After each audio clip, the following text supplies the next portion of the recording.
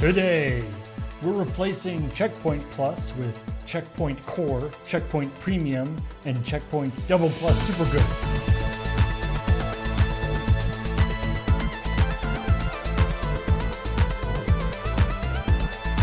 I have several questions because I'm afraid that all of those things means more work for me specifically, and I do not like this direction.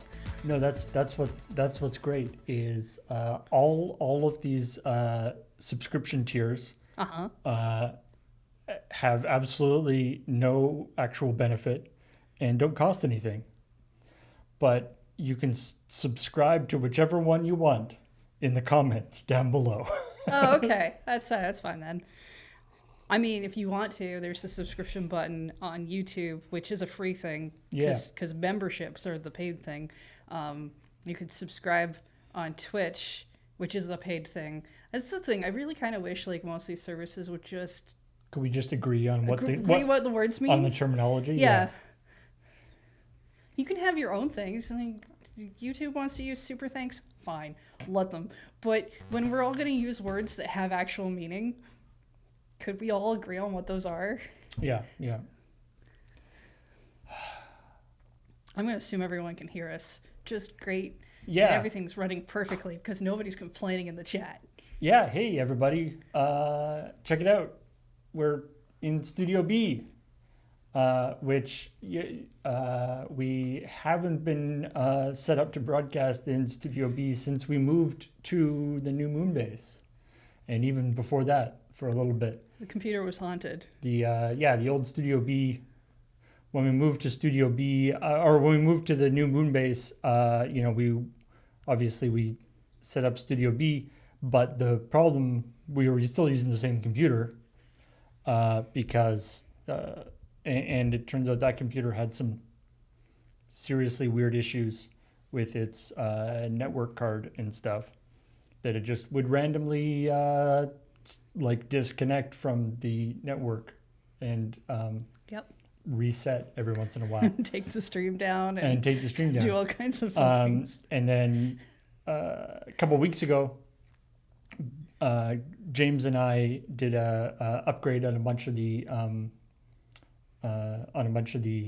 computers here in the office, which we talked about a little bit, but we sort of did a shuffle upgrade where we upgraded the gaming PC in Studio A and then shuffled all the other computers down. And in that shuffle, the not really working very well, kind of broken Studio B PC got pushed off the end, which in this case I believe is Bija's office. Well, that is where all computers go to die. Yeah. Or get fixed, depending on the computer. Mostly death. So we had this new computer in here, but then I didn't actually have a chance to set it all up for streaming in here until recently.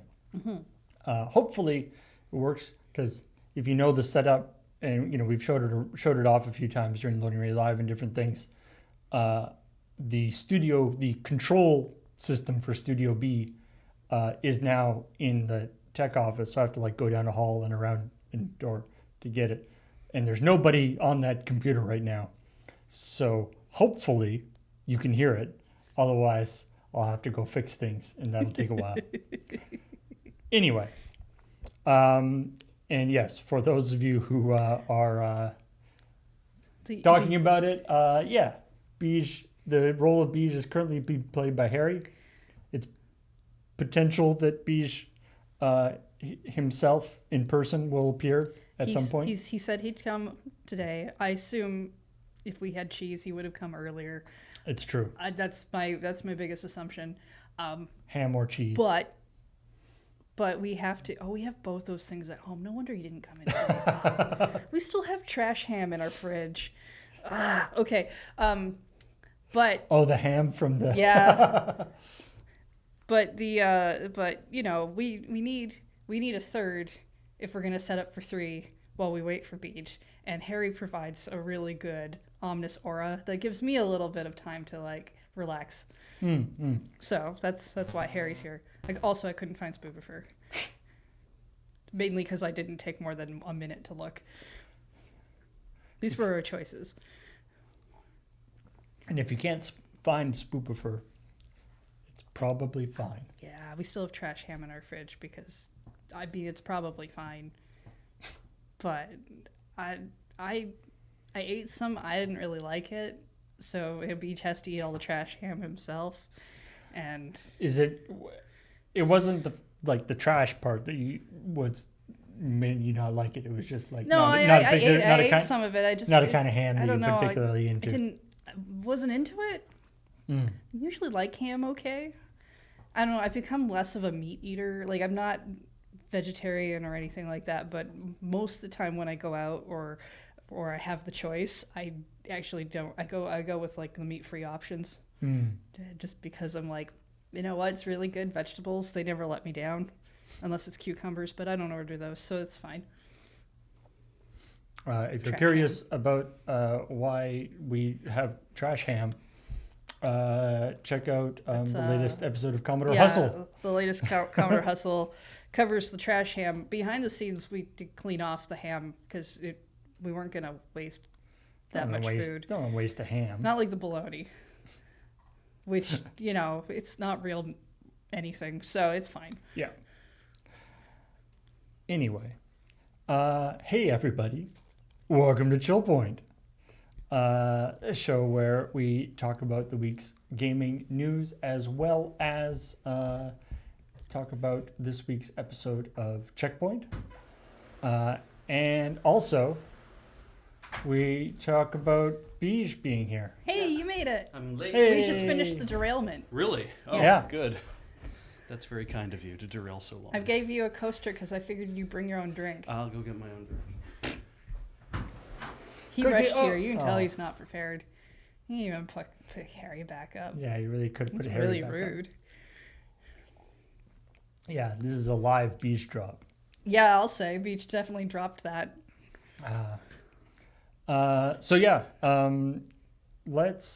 Let's talk about the stuff that the stuff that happened this week on Checkpoint, starting with a story that kind of turned into a non-story, which is the danger sometimes. I look at stories during the week and then we think what were good ones, and then we write them on Wednesday evening. And, sometimes a story that looks good on Wednesday gets resolved on Thursday, which is what happened with this Remedy and Take-Two Fighting over the letter R? trademark dispute over the letter R. Yeah. Yeah. Which, like, I get that, it's like, hey, these, fighting over the letter R, but like, they are very different logos. Yeah. Yes. So the TLDR is Remedy changed their logo. Yeah. It's a ugly R thing that they Yeah. made. And then Rockstar said, we also have a logo that has an R, how dare. And they did a trademark dispute. I would argue that in some ways their previous logo was actually closer to the Rockstar logo in terms of like the style of the font and things. I suppose because of the swoop of the R, they're using more of the Helvetica R in the other one, and in this one they're using more of an Arial R, but it's not Arial, it's something else.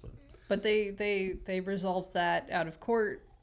The court deadline that they were going to do was in like September of 2025. And there was something to do with it was like it wasn't even something that had to be resolved. No. Like it sounded like it was a formality that like and some people in the comments sort of talked about this idea that like maybe it was one of those things where Take-Two had to be like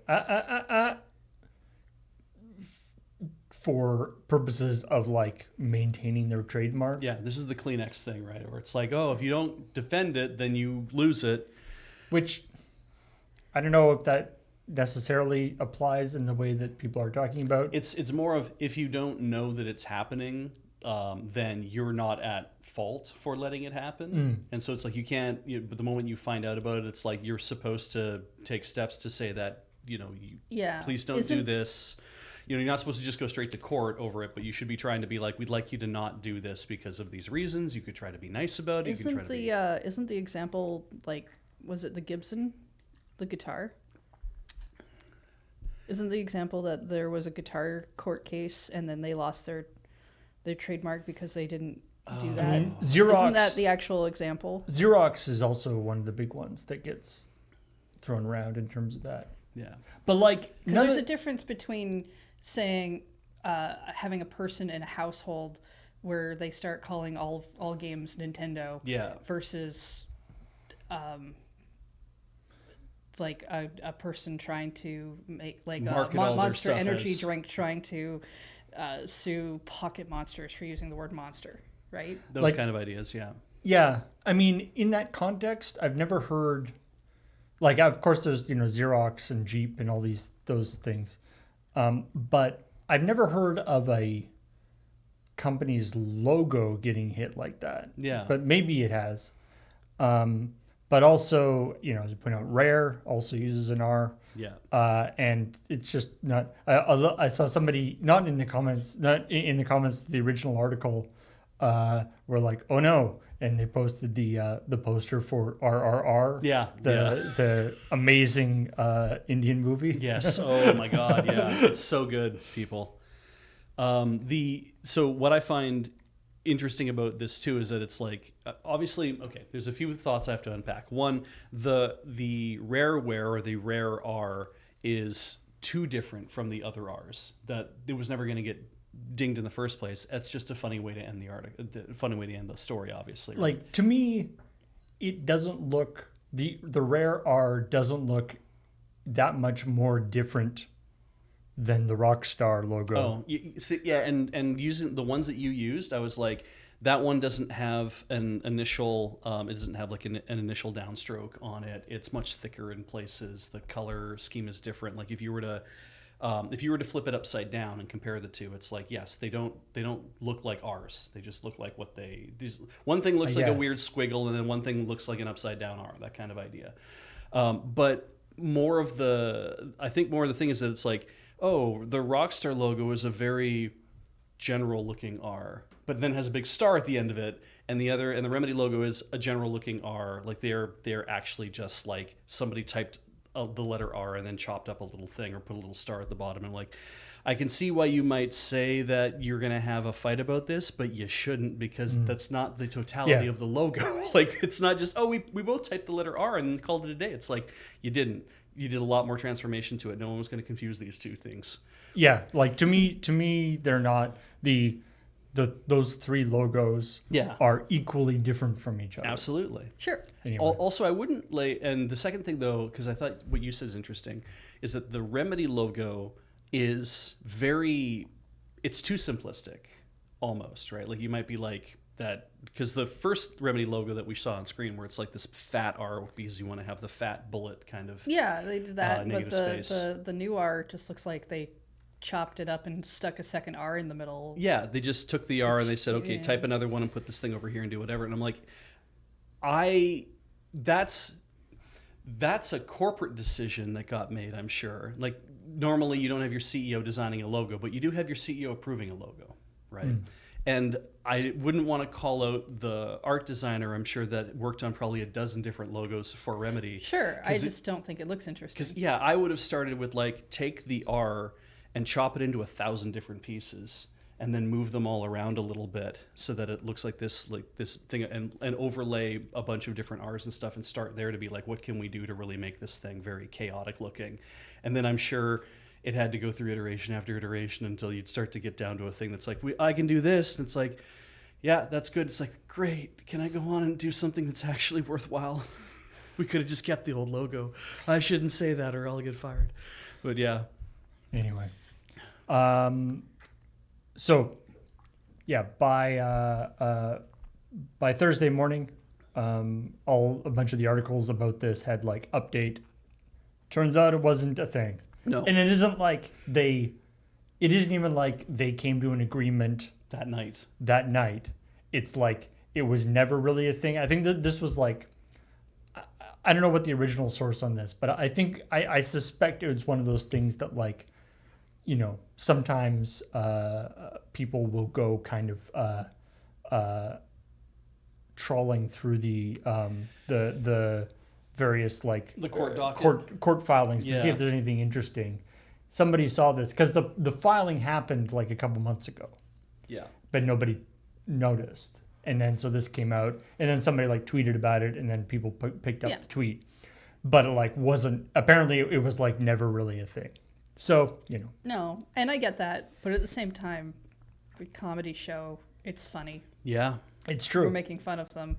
It would have been funny if It's nice to have news that doesn't actually, especially a court case that doesn't result in, I don't know, sexual harassment. Yes.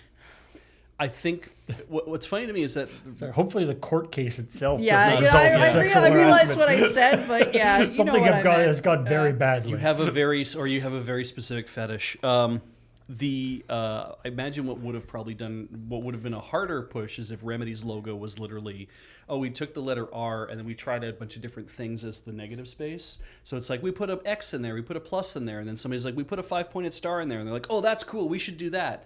And they decide on that as the new logo, and it's Yeah. like, you can't do an R with a star in it because we already do an R with a star on it, and then that would be a big fight. But this is not that. No. But it would be funny. Try that sometime. See how you do.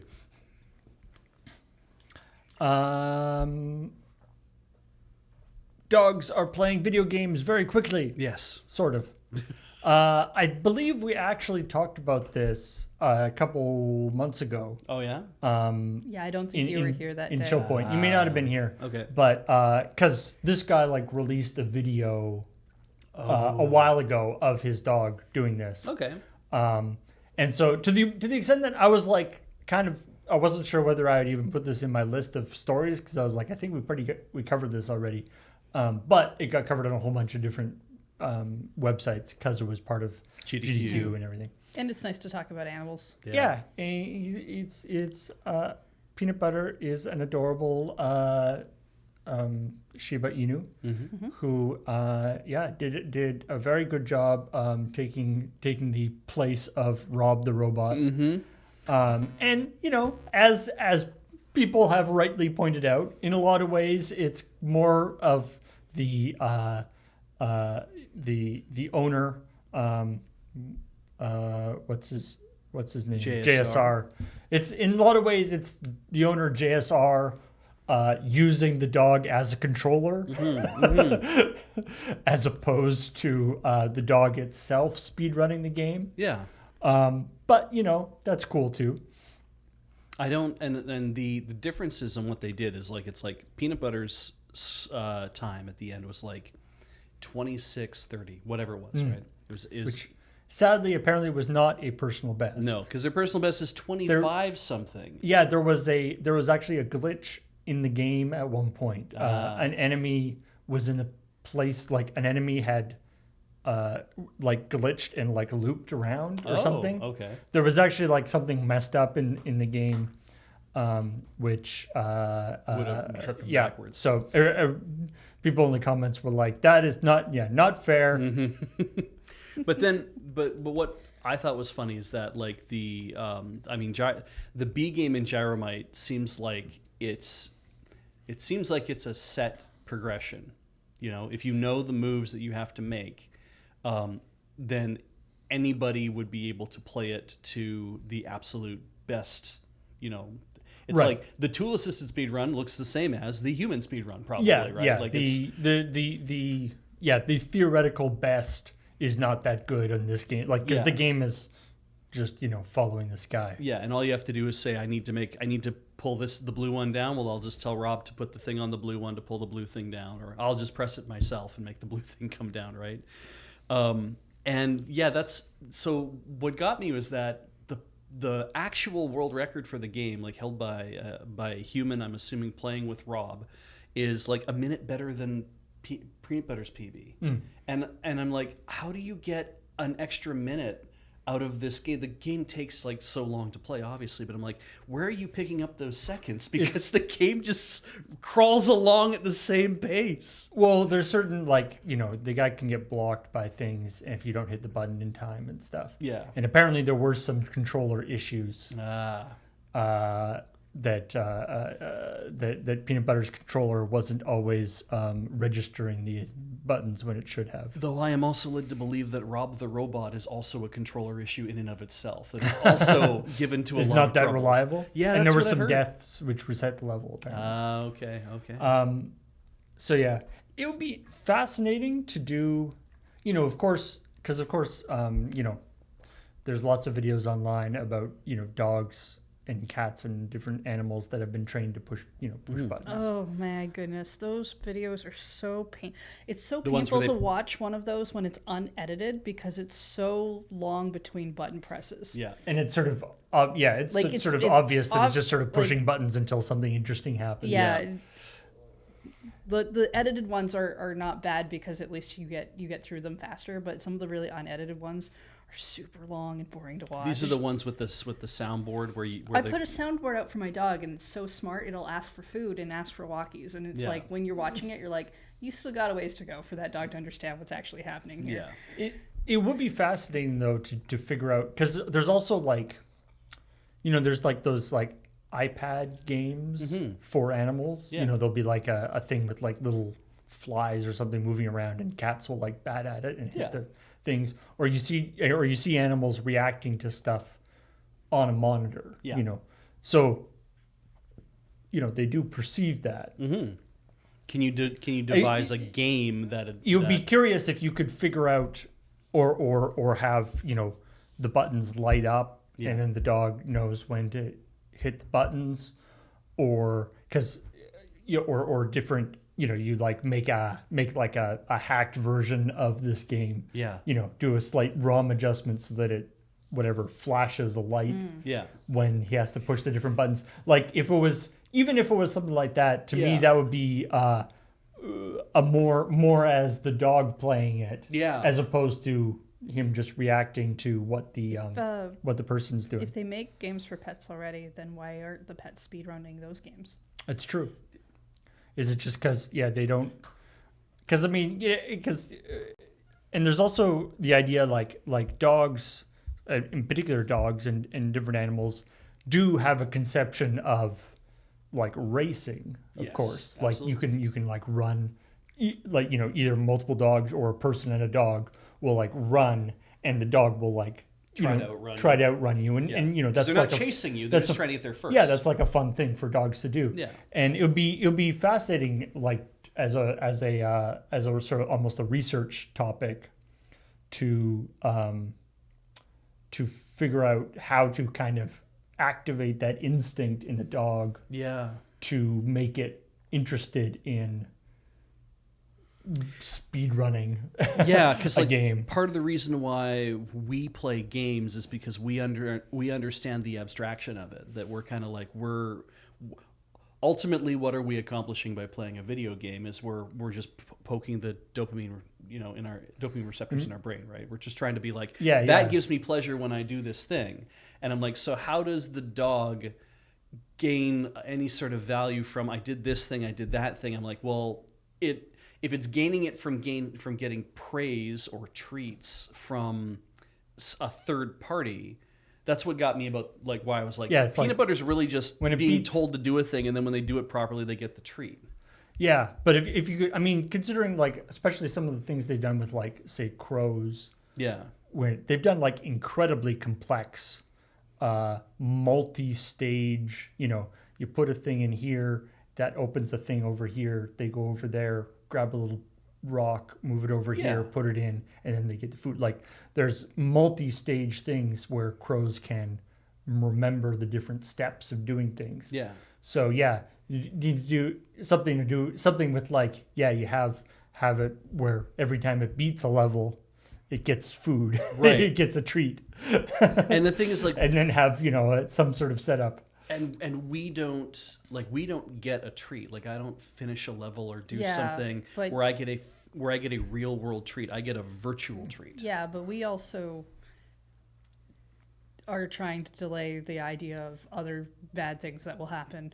Yeah, that's If I don't true, want to too. go to too dark of a place, but Yeah. I don't know that animals care about that as much. And having to build in that thing of like, because I mean, there is that whole you can train an animal to press on a pedal, and then it dispenses a treat. And it's like, okay, so if you know you can do that immediately, that's like they can abstract this idea of that I can get food by interacting with a mechanism that's an unnatural mechanism, something that doesn't exist in nature, right? Right. And so it's like if you can do that, that's still the initial outcome of like JSR could build peanut butter a box that literally, like, when they step on the thing, the treat comes out, and then the next point would be like, okay, peanut butter, when you step on the thing that you're supposed to step on, which will light up or do something when it lets you know that it's time to step on that thing, that's the only time you'll get a treat. Any other time you step on it won't dispense a treat. Yeah. And then that's that whole conditioned response thing that we see going on. It's like, now is that a game at that point? I'm like, I think so. I think it is a game, because like even the simplest game for us is still like I was gonna say knowing the right time to do something in order to get a benefit from it. there's definitely things that we call video games that are much less complicated than that. Yeah. Yeah. Well, this was a story about a dog that got some treats and got to be on camera, and now we've turned it into a real weird deep dive on what are video games and do dogs know how to do things. Yeah, And it is this fascinating. It almost gets into this idea of like how to sort of trick an animal into valuing speedrun. yeah. or valuing the kind of thing, which I guess technically speaking is really what video games are doing to us. Yeah. They have ways of tricking us into valuing getting whatever, a bunch of cherries in a video game. Or just playing Flappy Bird. Yeah. Like that. It's this, oh man, like just trying to think of what's a simple way, because it only means something to us as it being a video game if the animal interacting with it gets that it's a virtual thing.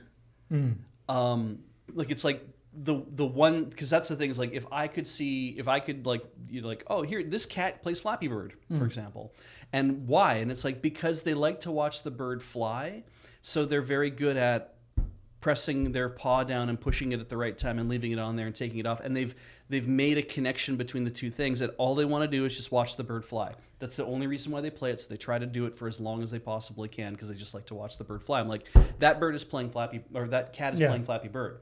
Not that cat is interacting with the thing because they hope for whatever. Like when the cats are like smacking the flies on the iPad, it's like because they see a thing that stimulates a response and they want to keep doing it. And I'm like, that is playing a video game. That is not, that's just play. That's not like I'm getting I'm getting a net benefit from it. It's like, boom, I smacked the guy. Oh, he's dead now. I'm like, yeah. You don't need to smack the table. I keep smacking the table. I'm sorry. I remember a long time ago I saw there was some stupid TV show that was like man versus wild, I think it was called. Okay, yeah. And it was like doing a bunch of like stupid things of like, we'll have a tug of war with like 20 people and an elephant. Is the or elephant whatever. helping with the 20 people and they're all against one guy, or is it 20 people versus It's like an 20 elephant? people and an elephant. But it had a bunch of different stuff. But one of them, there was one thing that was, it was like a giraffe racing against like a race car.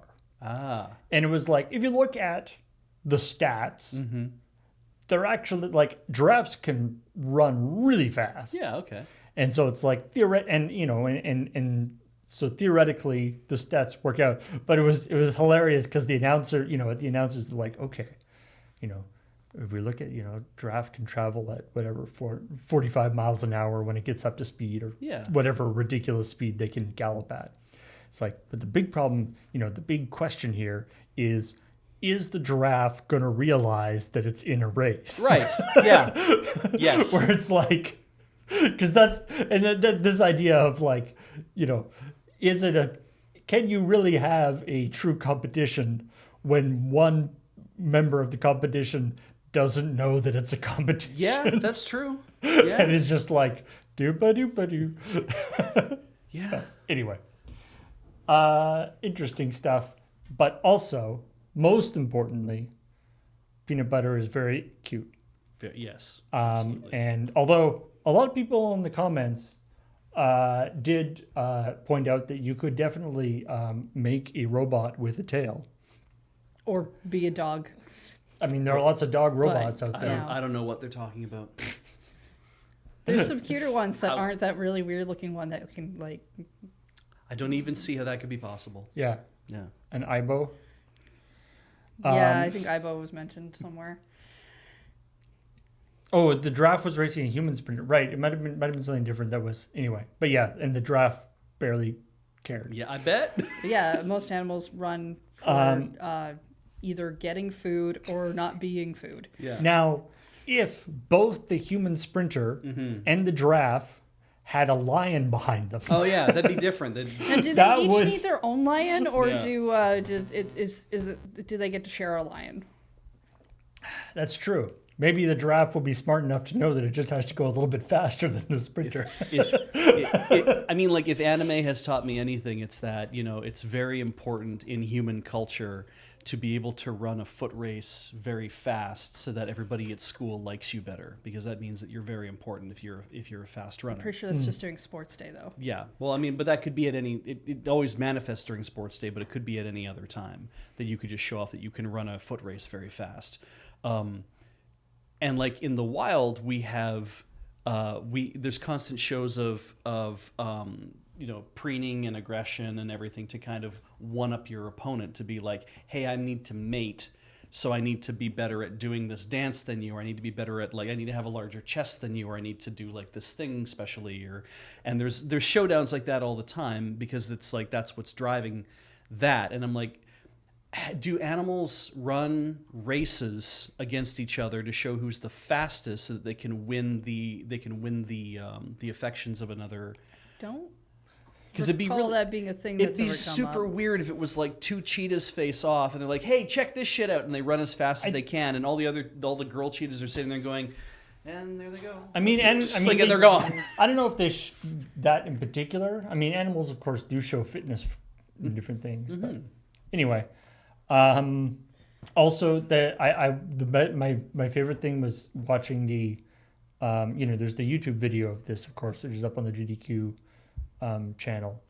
But if you go and watch the actual Twitch VOD of it, it's great because you can then see the chat, the time, which is just full of people posting like dog emotes and going, good boy, good boy, good boy, good boy. Not that peanut butter can read the chat, but I'm sure somewhere peanut butter appreciates that. That day is coming where the dogs will be able to read chat. We don't read chat, and chat seems appreciative of it. Yeah, it's true. That's not true.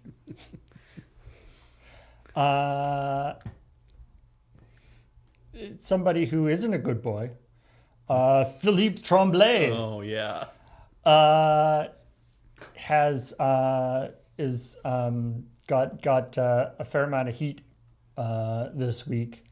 Deservedly for so. Coming out with the hot take that subscriptions, subscription based video game distribution is here to stay. I mean, to be fair, he's the director of subscriptions for Ubisoft. Yeah, so it's in his. It's not like he's going to be like, subscriptions are pointless. I hate them. I think he'd be looking for a different job. Yeah, if that was true. The aphorism is, it's extremely hard to get someone to disagree with their own paycheck. Yeah, I mean, there's a more fun kind of proverb way to say it, but it's like, getting someone to say my job is useless is not. I believe the quote was more something to do with if subscriptions were going to really take off, that then gamers had to be more comfortable with not owning their games. Yeah, and that's not necessarily untrue. No, just right? as a point of analysis. You need the customer to be comfortable with the thing that you're doing in order for the thing that you're doing to take off. Yeah, but coming from the guy who's the director of subscription services, you know what he's actually saying. It's true. Oh, yeah. But it's true though that it could be interpreted in different ways. Like it's either him saying gamers are just going to have to get used to it. Yeah. Or it's him saying, well, if we're going to succeed, we have to figure out some way to make gamers get used to this, or help gamers get used to it. Yeah, let's be very generous to this. Be like, we need to help them understand that this is useful for this reason. Now, I feel like a couple of things got conflated here a little bit in the comments, because I think there's a distinction between subscription services like, say, Game Pass or Sony Plus. Yeah. Physical releases. Yeah. And then there are digital releases that are still you still own. Like when you buy stuff on Steam, that's not a subscription. You own that thing. Assuming Steam still exists, you will continue to own it. Oh yeah, because it has to authorize it. Yeah. Yeah. Or say you buy something off. If you buy something off, say GOG, GOG might even go away. They don't do any DRM at all. Right. So to me, so sometimes people conflate, that like if it's not a physical release, then it doesn't count. But I think buying something digitally, but still buying it, I think is still a valid. In the context of the story, when he says subscription services, he's not talking about buying stuff digitally. He's talking about an actual subscription service. Right, which is Ubisoft Plus is what they're actually doing. Now, and also connected to this, some people talked about, quite a few people said, like, how come he didn't, I'm surprised he didn't mention the fact that The Crew, it's a Ubisoft game, they're turning off the servers. Thereby, they're like, well, if you've got the subscription, at least, you can relax. And that game is going away. But to be fair, that happens whether you own it or not. If you have a live service game and the servers go away. Yeah. It depends so that's not a subscription thing in the same way? Because cloud games that you buy technically all have a thing within their stuff that says that you own the game, or at least the license to the game, or whatever you want to talk about for owning it, until the service can no longer be provided. Yeah. So it gets hazy about what people feel like, what is ownership, what is not ownership, and a lot of people consider when you buy a thing, you own it until you decide to give it up. Yeah. And so when a service goes away, you're not the one who made the decision. And I think that's where that really breaks down for a lot of people. Yeah. I guess the point being that The Crew going away isn't a failure in a subscription model. That's just the failure of live service games in general.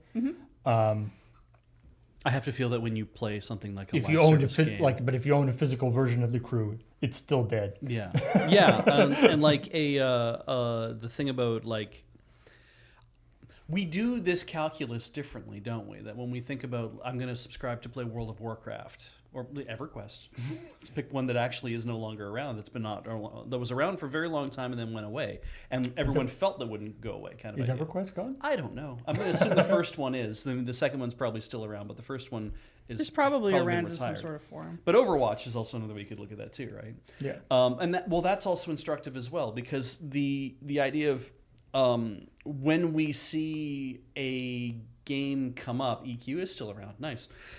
So when we see a game like that's like, oh, there's a that it's live service, that we hopefully are making the decision with a different, like we're making this decision with a similar but still different set of criteria, that there's something underlying that where it's like, I'm going to play this game and I'm going to put a lot of time into it. I'm going to build something within it, whether that's building the level of your character or building a certain proficiency in activity or building a community around the game that you're like inside that you're playing.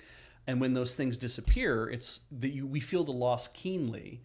But I think that I think people understand in coming to that sort of thing that it can't be forever.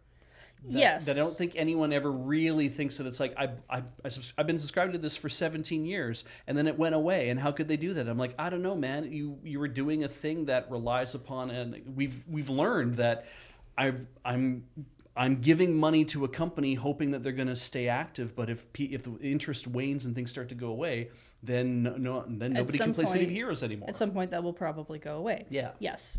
I think, though, when it comes to the story, what people fear is, so for one thing, Game Pass is games that generally aren't on Game Pass forever. Mm-hmm. They cycle through, they come off, but you can buy them. So a lot of people are really cool with Game Pass because they're like, I can use that as a way to play some new games, try out some stuff I maybe wouldn't buy, see if I like a thing. And if I really like it, maybe I'll purchase it and continue playing through or whatever. And buy it digitally or buy it physically. Yeah. But what people are afraid of, because we've done this with, we've started to see this with like Hulu and Netflix and stuff, is even people who own the content will just take it away, and there's no other way to obtain it. Yeah, they strand you with the fact that it's like you don't get to be a part of the process of, and it happens faster. Yeah. Before I have a chance to enjoy or fully like satiate myself with the thing that I've played. I didn't get a chance to watch it, or because I think I don't remember what show it was. I know there was a show that was like basically less than a year had been online and went away. The Willow. Yeah, the Willow thing came miniseries, down.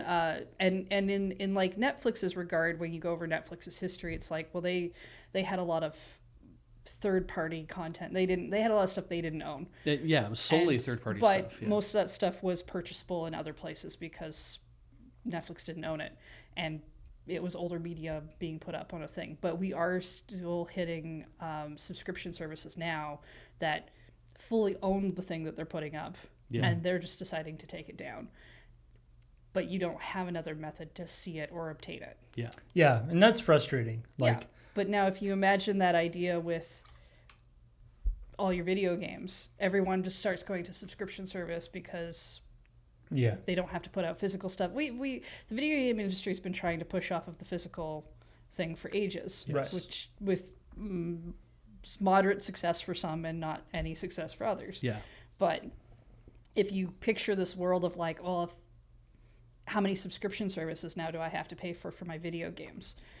On top of, I liked owning them, or I liked knowing that I won't have this copy in 20 years, that kind of thing. I think the market and the forces involved in video games are a little different than they are in the movie TV show space, to the extent that I feel like it won't necessarily shake out the same way, but who knows what will happen. But I think also the problem we're feeling most keenly is, like Heather had said, where a game goes up on a game service, and then it disappears off the game service because a company has either lost their license to be able to put it on their game service, or another company has said, we don't want you to have it. I mean, this has already happened. Yeah, with mobile gaming. It's happening a lot, absolutely, right? Mm-hmm. But no, it's like specifically with mobile gaming. This is already a thing that's occurred.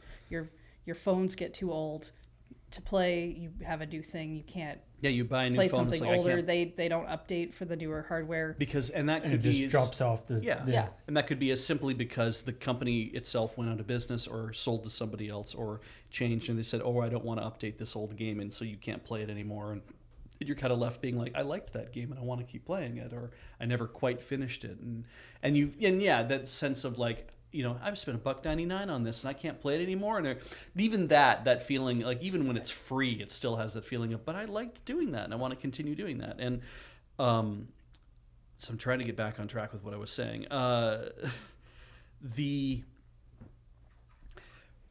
the idea of we understood, like I think at some levels we've more understood that if a live service game reaches the end of its service period, other than Herculean efforts by the community to kind of maintain it and keep it going on their own, we've seen that with like City of Heroes, I think did that.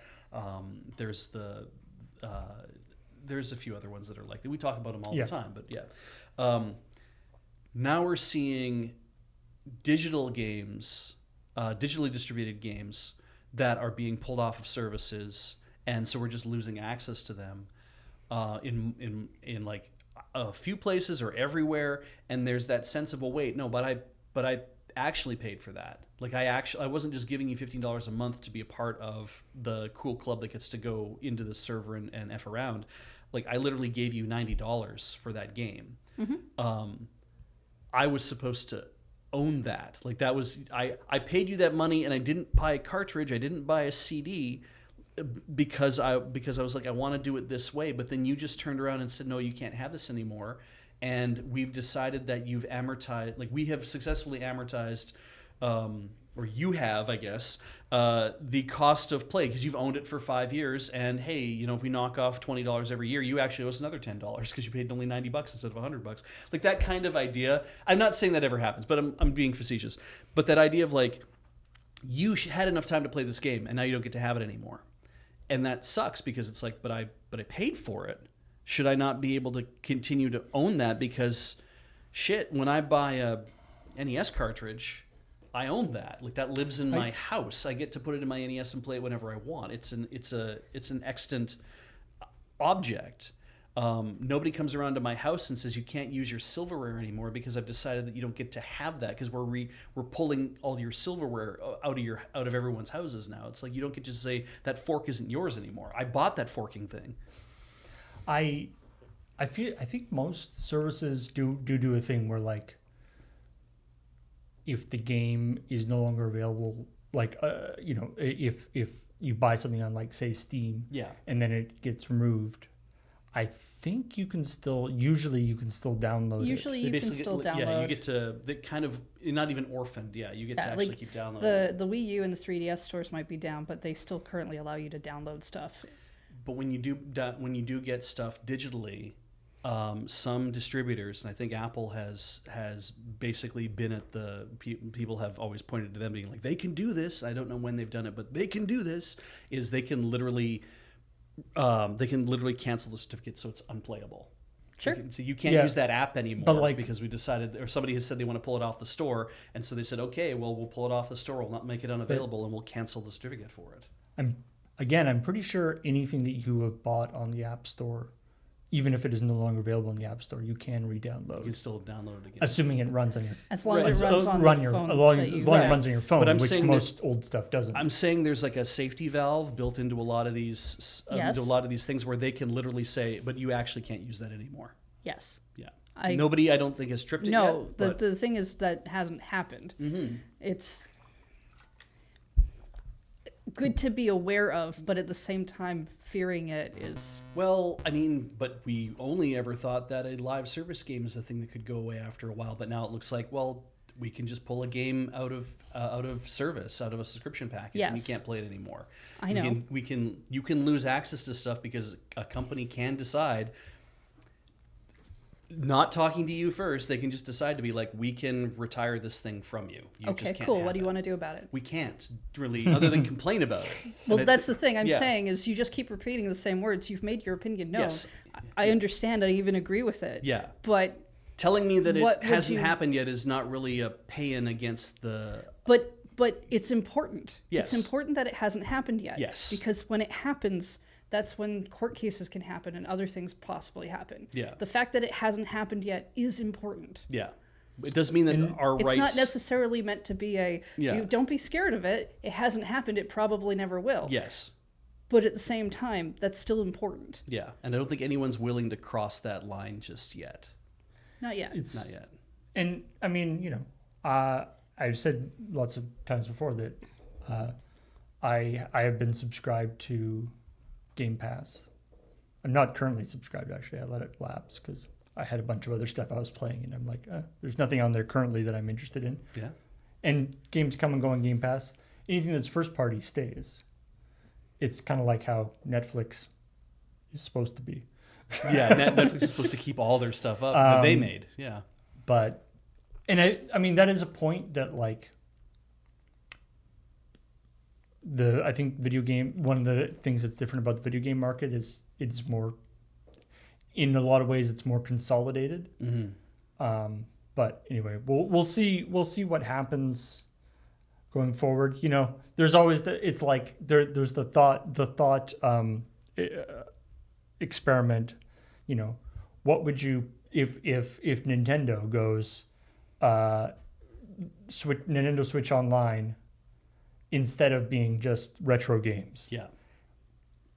Every Nintendo first party game for Switch is going to be available to play on there day one. Yeah.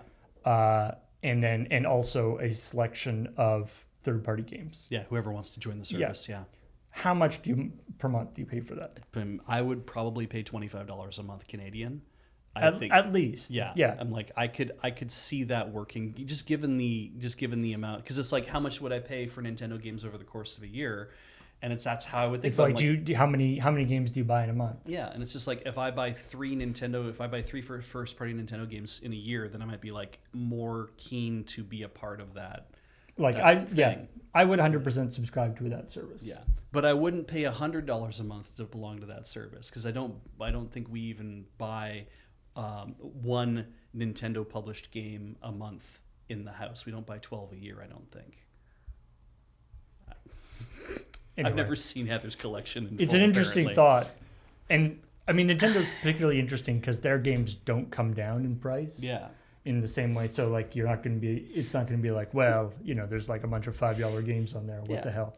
But yeah, I still prefer, it's funny, right? If we're talking this as a subscription service, assuming that they also still publish those games outside and you can buy them. Right. Then yeah, I would probably Game Pass potentially buy into that for a little bit, especially if there were games on there that I was like on the fence about, but I really want to play. Yeah. Or maybe I don't really want to own, but I'm like, you know what? If I put like a week in, And there's a ton of like the sort of less popular, like Mario and Nintendo first party games. Like I just saw the trailer for the new Mario versus Donkey Kong. Yeah, I knew you were going to say that.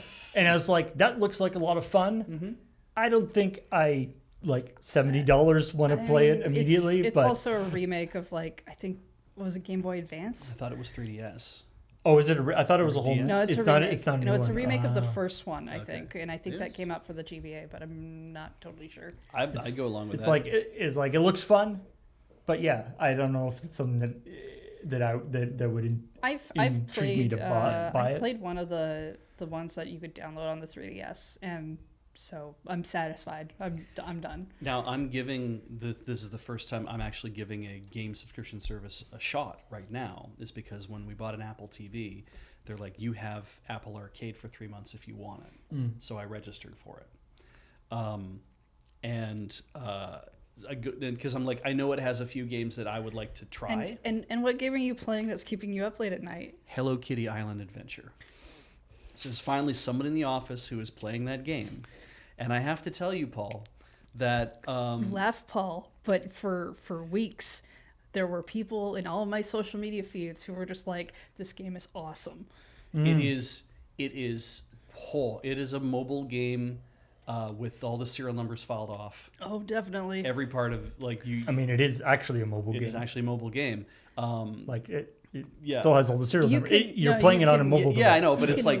You can see all the places where they would absolutely put microtransactions if this was not on Apple Arcade. You see them all. Right. And, man, it's very compelling in terms of its gameplay loop. Like, I'm glad I'm old enough to recognize that. It's Animal Crossing. It is Animal Crossing that is actually encouraging you to Animal Cross more. And I'm like, Like, I would probably do that, except that I don't play games on my phone in that way. Yeah. I don't find it very comfortable. So, except for, occasional, like except for like maybe like Picross and stuff, but the kind of I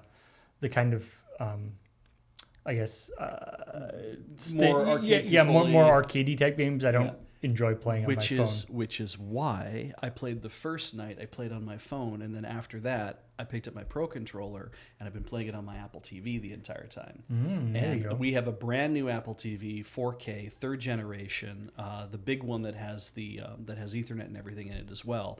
And holy shit, does this game lag on this? It is. Yeah. It chugs like a motherfucker. You know what? And I cannot believe. I can't believe you can play it. I mean, the processor in the Apple TV in comparison to your phone is probably it's teeny weeny. Oh, but the newest one is an A14 Bionic. It shouldn't. Okay. Like it's modern. It shouldn't lag in the way it does, Paul. And I don't say this generally because like I do play Nintendo games and the frame rate drops and stuff. I can see them, but they don't typically bother me as much as they seem to bother other people. Yeah.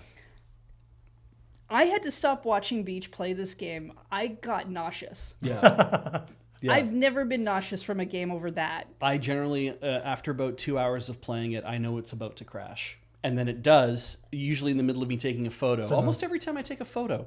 Oh, So what you're saying is the Disney Dreamlight Valley was like that. yeah. It had a lot of photo A crashes. big white flash on the screen and it fucking crashes. and Anyway. the Apple TV is not really ready as a game console. I at don't this think point. that it is. If it can't handle Hello Kitty Island Adventure, or they need to talk to the people who do it. It can't handle the graphical majesty. You should maybe play a couple more games before saying stuff like that. I'm gonna actually, because sometimes games aren't really well. I picked up Dead Cells optimized. Plus. Well, I get to play everything for free, right? So I downloaded Dead Cells Plus. I downloaded Gree. I downloaded Manifold Garden. I'm going to try all these things because I want to see how it goes. I basically I signed up because I'm like, it's 3 months free and finally going to take advantage of it. I'm going to play Overland for a little bit because I've been waiting to play that. And I played the demo at the Finji booth years ago, and I'm like, I want to just play a little bit more of this to see if I like it or not because it was kind of compelling. But yeah, Hello Kitty Island Adventure caught me, and I'm like, yeah. I mean, by the same token, I've actually enjoyed playing some games from the Netflix. Yeah, me too. Netflix mobile. I've got mobile Terra Nil store. Yeah. Yeah. I hope you enjoy those because the word is that Netflix wants to put ads in the middle of their games. Oh, really? That defeats the They're entire consider- purpose they're of the considering operation. Because but they okay. need to make more money. But for $9 a month and Apple Arcade, and I'm like, I'm not doing that yet. I've got 3 months free, and I'm like, at the end of that 3 months, if I get really into this, I'm gonna have to decide whether it's worth me doing that or not. And while playing Hello Kitty, I'm like, this is fun and I'm having a good time, but it is also like I could be having that same good time. This is not scratching an itch specifically that I need to play with Choco Cat and Pochaco and everybody else. It's like, Okay. no, I can go do something else. The best character that's in there is Retsuko. Oh yeah, Retsuko's in that game. Yeah, absolutely. And it's weird. Yeah. Anyway. Mm-hmm. Yeah, we should move on. We should probably move on. The last story is a little bit of a, I guess, one of the kind of a retrospective, I suppose. Yeah. Beej was talking about this whole thing of how to dump 3DS or DS cartridges. Yeah. Game Boy Advance. Game Boy Advance cartridges. cartridges. Oh, Game Boy Advance. Sorry. Yeah. And which apparently, as some people in the comments said, was like a known, it's not like that's new information. That was a known thing. This person, Zazglitch, just recently posted this in-depth tutorial on how to do it. But, back in the day, apparently that was a fairly normal thing. Or not a normal thing, but something that was known in the ROM community, Right. for how to do it. But it's one of those, Yeah. checkpoint stories do fall under that, like the 10,000 new people. Yeah. Just because it's not new to you, maybe new to somebody else. Yeah. I would strongly advise that when you make a comment on a video, any video, and if your tone is going to be, I can't believe they didn't know thing, Yeah. or why didn't so-and-so know this thing, we've known it for ages, you might want to check yourself a little bit and just consider the idea that not everybody knows everything. Yeah. For all the example, time. did you That's know all. that the Coleco Gemini was a system that is the reason why Atari and Coleco went to court, because the Coleco Gemini could play Atari games, and that's why they had to go to court and fight about it, and then Coleco won that thing. Well, I knew that and you didn't, so look at how smart I am. That's really feels shitty, doesn't it? That's the kind of tone that comes across when you say those things, whether Yeah. you mean to or not. So maybe really, again, anytime you make a comment on any video, if that's the take you want to take. Yeah. It's Maybe back off a little. That's all. Yeah. Enjoy the fact that somebody gets to find out about this thing for the first time. They're joining your little party. is this. I mean, the biggest thing about this is, of course, why. Yeah. Like, I think it's fair to ask why are we covering this now? No. Not why are we Why covering does that this, happen? and not why would you do this, but why does this happen? Yeah. Like, why that doesn't. It's like, why does it? Is it some sort of weird debugging thing that was built in? Because it's like if it happens every time for every game, and it takes a while to get there. It's like if what's happening is that by making it crash, that it's trying to access parts of the memory, and it's playing all that stuff. It's trying to play back. Like, I'm saying memory, like in terms of like RAM, right? It's like the idea is like it's like I'm going through this process, and then at some point I run out of information for what's in RAM or what's in whatever, and it's like I have to go somewhere. Maybe at the end of RAM, there's just a command that always refers you back to the beginning of ROM, and it starts playing it out as music as well, because it's like I've run out of the music I'm supposed to be playing, so now I have to play anything else that I can find. And yeah, I'm supposed to loop. Maybe it's got to be some sort of debug thing, but like one of the things that he shows when in that video, you get all this like whatever, basically modem noises, right? You get just like what sounds like just noise. Yeah. But then you also get a bunch of like, because it's actually playing out all the sound clips as well. Yeah. Like after a while, it gets to the part of memory where there's all the sound clips, and so you just hear every single sound clip from the entire thing all run back to back against each other. All the samples, so everything's playing at the exact. What's funny too, because it's like there's a part where you can hear that it's 3 piano samples in a row, and it's low, middle, and high pitched. And I'm like, right, because you would need 3 different samples, because if you just use middle C, or probably using like A, I have a feeling using like 440 hertz or whatever, and like, so if you have a piano playback A, and then you try to skip that down to 220, it's not going to sound the same as a low piano. Yeah, usually you have like a bunch of different. So it's like you have to pick a low, a medium, and a high, so that because they're all going to ring in a different way, they're all going to sound a little different. It was really neat though, because it's just like, right, that means that technically anybody can just dump a GBA cart at home, and you end up with data. And I love that idea of just, yes, this takes a long time to do, but you could do it for almost free. I like we've come full circle to like the cassette recorder thing that you had in Commodore 64 as well. Yeah. Mario Golf was a Game Boy Advance game, which means that if we do this, we can hear all of Daisy's lines of her going nuts. Yeah. Just, I mean, true. all of her good Game Boy, or all of her good lines though, I think are from Toadstool Tour, from the GameCube. There was some great. Okay, so if I pull the GameCube disc in and out, it's not going to do the same thing. No, but if you plug a GBA into the GameCube while you're doing it, surely that must do something. Maybe that'll work. Yeah. I remember there's some great. There's a famous game that for PlayStation. That people figured out how you could rip audio files off a PlayStation disc. Yeah. Because they were in like because they were in a specially encoded format, but it was horrible. And so there was like some Easter eggs on the disc that you only got if you played it back in a CD player kind of thing. Or? No, it wasn't even a CD player. You had to actually like rip it off, like because they weren't like CD audio tracks. Right. Okay. It goes like, "Hey you, yeah you. I see what you're doing."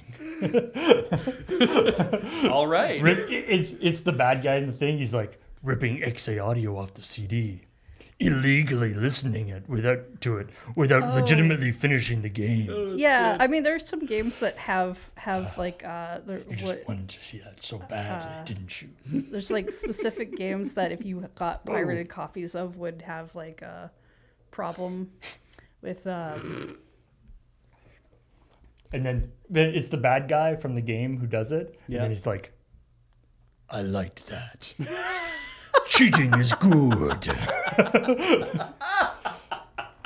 course, because the bad guy would say that, right? Yeah. But like, dear. I know there were like, if you had a pirated copy of certain games, they would either not play the ending correctly, you'd get soft locked in a specific way, or I think there was one that like changed the soundtrack to be really annoying, like this high pitch thing or something. Oh, okay. That's I mean, cool. this was more an Easter egg as opposed to actually like a locking thing.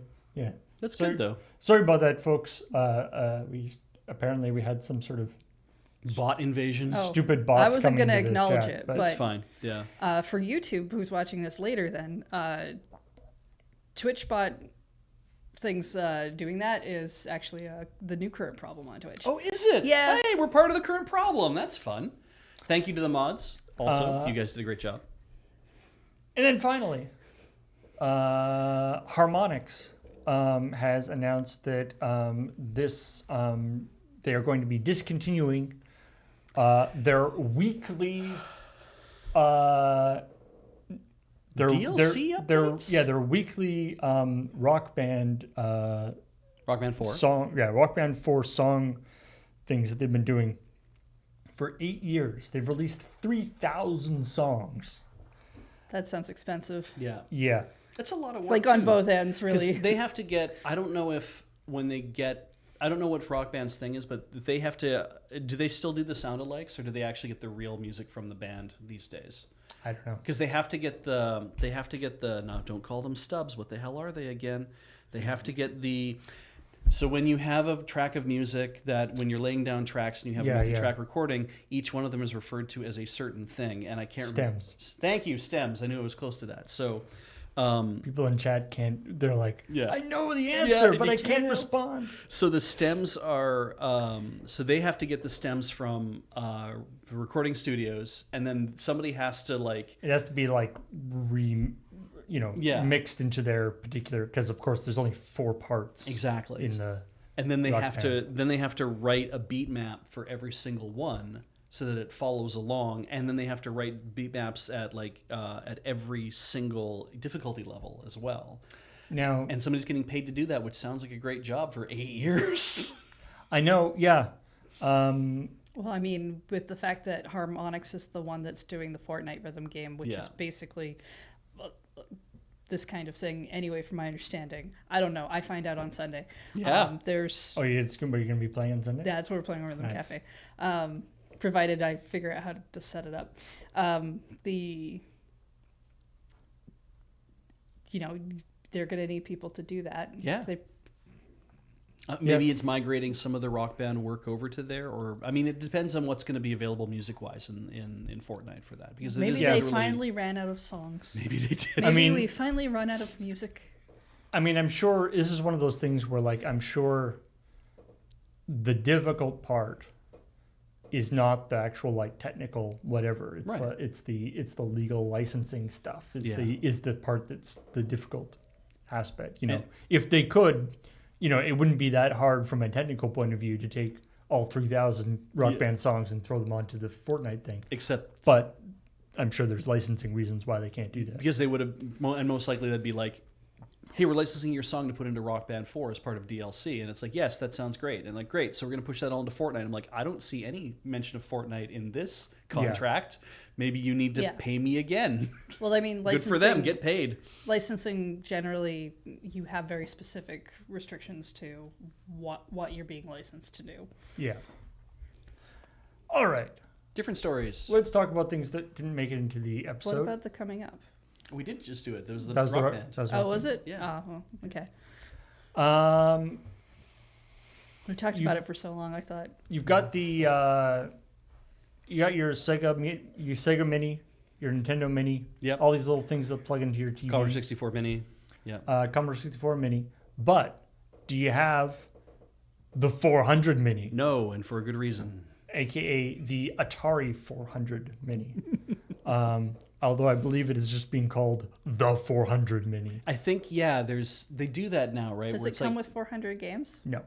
Because it's got like 25 games. They didn't call it the Commodore 64 Mini. They had to call it the C64 Mini because this is the same company that made that, is my understanding. Yes. Is Balloon Fight one of the games? No. I think legally everybody has to put Balloon Fight on all of their mini systems. They have to have some sort of Balloon Fight-ish game on their system.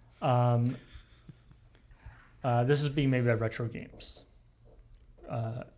Retro Games Ltd. So there's an article on Ars Technica that's actually quite neat because, I mean, half the article is not actually about this thing. It's more about the author's experience with having one as a child. Yeah, it's kind of a fun, nostalgic article talking about why this is a interesting system. It was sort of stuck halfway between being a console and being a computer. Yeah. Apparently, it was supposed to just be like a console. Yeah. And then they figured out, they decided that the like real killer game for it needed a keyboard. And so they're like, okay, we'll put a keyboard on the console. But it was kind of a crappy like membrane. What's the killer keyboard. game? Star Raiders. You remember playing the hit game Star Raiders? I think was that's it a the name of the typing game? I don't know. Why did it need a keyboard? Christ, if it was a typing game, you would have hated it. And let me explain why. The keyboard, not because of what we did on Matters of Import last night. The keyboard on the Atari 400, much like a lot of other cut-rate budget computers of that era, is a membrane keyboard, but not in like the Dell membrane shitty pushy keyboard thing. We're talking like it's a flat piece of plastic, and it has little tiny bumps that you're kind of interacting with, and it kind of like the pushy kind of see and say whatever the hell, those kind of things of that era. The shittiest, you cannot touch type on this thing because there's no real good feedback or places to put your fingers. These keyboards sucked, and they were in a lot of these old computers. But anyway, this guy, he makes a compelling argument that because of where it was placed in terms of the market and the time and all that kind of stuff. Yeah. It was it had some really innovative games on it. Yes. Anyway, I'm and apparently this system will also allow other games to be loaded onto it, which is kind of interesting. So other than the 25, it's going to have HDMI output, 5 USB ports, save state, and the ability to load your own ROMs. So that's cool. So I don't care about this whatsoever. Like, I don't want to have one in my house. I will never probably go buy one. I won't spend $100 on it, that kind of thing, because I have no relationship to it. Yeah. Right. I like that. Not only do you not want to buy one, you don't want to have one in your house. Exactly. It's like I refuse to do this. But I think it's neat that. They started for Retro Games Ltd. to start with we're going to do the Commodore 64. We're going to do a smaller version of that. We're going to release that kind of thing as a console-y thing, but also make like a mini version that is typey. I think that's really cool that they keep making these things, and I think it's actually kind of cool that it's like the next one they identify as, well, let's do that one next. And there'll probably be a few other ones in that realm. I don't know if we'll see like a ZX Spectrum or a BBC Micro or like I'm meaning a lot of British computers, right? But like the one of the first Acorn computers that came out. I don't know if that'll ever get to that thing, probably because there's just a ton of ZX Spectrums you can just get in the UK anyway. I could see them doing like some sort of, because of course all these little things, these just things emulated, are just little emulators. So I could see like some sort of MAME type, multi-system thing. That's the part that kind of bugs me a little bit about these things too. Is I'm like, I don't think that the best experience for the Commodore 64 is a FPGA emulated kind of whatever. I think that if not the actual Commodore 64. Or the re-implementation on a FPGA that one woman did, who I forget her name, but she basically re-implemented it in she wrote a Commodore 64 core, I think, or something to kind of work with FPGA.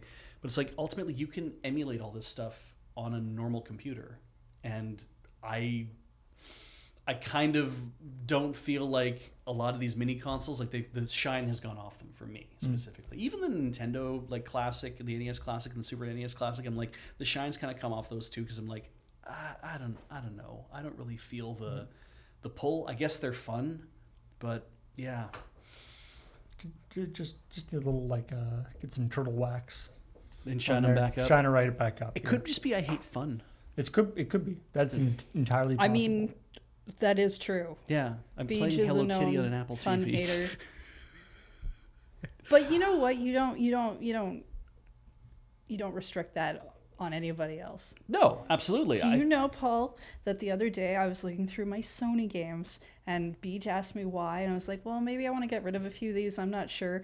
And he said to me, you don't have to get rid of any of your video games, not even the Sony ones. Yeah. So therefore, not totally a Nintendo snob. No. I love I love the. It's like you're looking This at is a true story. You're looking at your Sony games and B's just like, why? Why are you even looking at those games? Oh, every now and then I go through a whole like reorganization thing on the shelf. There's only so much room in our house, and I get the idea of like we should try to pare it down, but I mean, I still feel the urge of the collector, and so it's harder. Like when Heather was years ago, Heather was like, I think I'm gonna get rid of these old 3DS games or these old DS games or whatever, and I just was kind of like, we were dating at the time, and I'm like, then I'll buy them off you. Like we were dating at the time, but it was like, and it felt like this is gonna go for a while, and I was kind of like, I will just Yeah, he was very like, how you're getting rid of things. Don't give EB Games any of your stuff for their shit money they're going to give you. I will just pay for these things. If you're selling them because you need money or you're selling them because you want money, I will just give you the money for the games. I think at the time I just actually needed money. Yeah, and it was just like, and that's why we still have a copy of Super Princess Peach for the Nintendo DS. Which is a fine game. It is a fine game. Regardless of how everyone keeps calling it garbage right now because there's a new game coming out. They're wrong. No, it's good. It's problematic. Heck yes, it is. It's good. But it's a fine game. On a related note, actually, it's a story that I didn't actually mark in the thing, but UK game retailer Game, in all caps, Oh, right. I keep forgetting they exist until I go online. Game is apparently going to be discontinuing pre-owned games sales. Yeah, Oh, they're not gonna buy them from people anymore, so they're not gonna be able to sell them back to people. Which apparently that's like been confirmed by a bunch of people, like a bunch of like retail people at Game. They have been informed, but that hasn't actually been announced by the company. Interesting. Which is one of those things because I mean, Game shares a lot of similarities with like EB Games or GameStop in North America, and so of course the response to everybody is like, "But isn't that their whole business model? Yeah. Like, what do they do?" I have to assume they do what GameStop does, which is they sell all the shit, all the Funko Pops. All the Funko Pops. I got an email the other day that said across Canada, the Source is being half of the Source stores are being converted to Best Buy Expresses, and the other half are being shut down. I'm so confused. I mean, And I don't know what the heck a Best Buy Express is supposed to be. like after this. It's going to be the same thing, right? Like just with a different sign on it. It's going to be blue instead of red. Yeah. Yeah. It's all, they don't even change out the stuff that's in the store. Probably not. You know, on sometimes like in like shopping malls or in sometimes or in even I think sometimes like in like Like strip mall or. Well, or like in airport terminals Oh, or yes. things, there's like a big vending machine That says Best Buy on that it. says like Best Buy, and it's got like Headphones. headphones and chargers and Yeah. stuff. Like I envision that's going to be like the future. Is you go into a Best Buy and it's just like empty with just like 5 vending machines. Well, they need a really big one for the TVs to be in. Yeah, And then when they come along and they drop down, and it's like great. Well, yeah. they'd be in those like really expensive pop bottle ones, right? Where it like goes into a very fun tray and then like moves around. At this point, I would People buy don't a know what TV the Source is. All right. If I'm right, It used to be Radio it used Shack. to be Radio Shack. in Canada. Yes. Yeah. So it's just a tiny store that sells like cell phones and electronics and games yeah. and stuff. Radio Shack was a very cool store because it used to be the place for electronic stuff. Yes. You know, But you got to think about that in terms of like, that's when you didn't sell electronic stuff. Like you wanted to buy an RC card, well, that's a toy, and you might be able to go to Sears and buy that. But you probably went to Radio Shack. But do you want to buy something a little more intense? Like you want to buy an electronic keyboard, like that kind of thing. Well, you have to go to a Radio Shack because why would Sears carry this, right? And also, like Radio Shack used to be the place for actual like components. Exactly. Like, 10 years ago, if you looked up any like hacker project, any components would be spec'd in like Radio Shack product numbers. It would be like R10935 is like this particular capacitor. Yes. And you could go into Radio Shack and there'd be like a wall of all these little, blister packed things with like 10 capacitors and all that stuff. And that was kind of a cool aspect of Radio Shack. But, times like, they move on and people order that stuff online. Radio Shack was the place, so it became the only place we went to where I grew up because it was a small town. So Radio Shack was like the only place you went until eventually big box stores kind of came in there. And, we don't even have Future Shop anymore because that's just Best Buy now for us as well. The last time I went into a Source, though, because I don't like going into the Source, they like to really try to upsell you on phone plans. They're pretty pushy. It became like the Source by Radio Shack. Yeah. And then the Source by Best Buy, I think. The Source by Circuit City. Circuit City. It was one of those things. They got bought by multiple people. But I went to one because like I'd gone to like the Bay Center, and I was like, oh, I'll go check out the video games in the GameStop. We were still calling them EB Games then, I think. Yeah. It's Electronics Boutique before that. And I hadn't been to the Bay Center in ages because the world. Yeah. And I went there and the entire store was just gone. And I was like, well, I guess I'll walk into the Source. And then I did, and I was like, I'm never doing that again. They're very pushy. That was a in mistake. there. Yeah. Anyway. It's okay. I found a local game store that's actually downtown, so I hang out there now more. Couple of little bits of stuff here. The Supreme Court has denied hearing the Epic versus Apple petition for. Is it appeal or redress? Appeal. Okay. And this is the U.S. Supreme Court. Like that was their final stop. Yeah. Because it already went through the state level Supreme Court. Right. But it's kind of interesting in that they were both making petitions because, and so basically what that means is what it ended up at is what it's going to stay at least for now, which is, the thing where they both have kind of claimed victory. Yes. Because that's how it goes. But so that Apple isn't allowing third-party stores. Yes.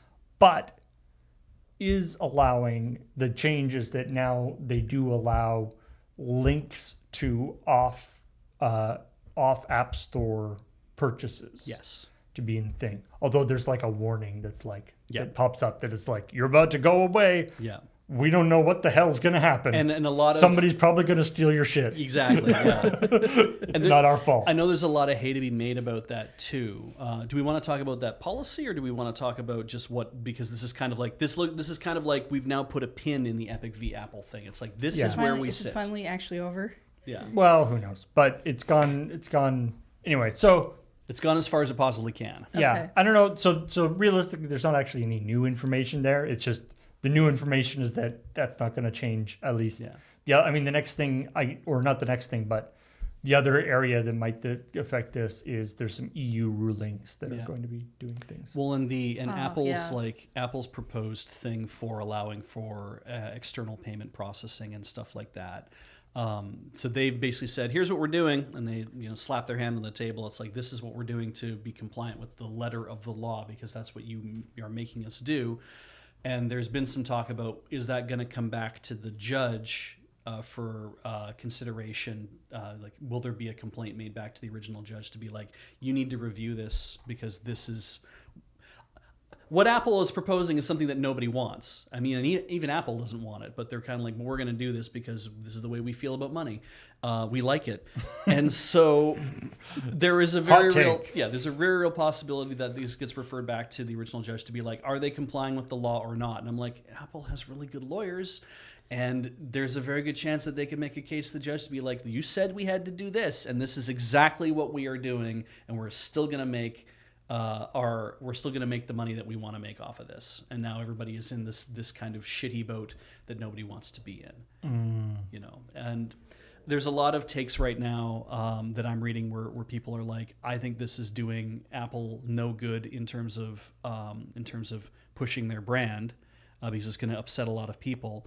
But I also think that the people who are writing about this and getting upset are they're tech bloggers. They're people who spend a lot of time giving a shit about. They're people like me who sit here and talk about it to other people, and I'm like, I don't know how much of the people like my parents who I'm not they saying don't care. No, they don't care. And I'm not saying that it's going to only not affect the 70-year-olds, right, who are not going to know one way or the other.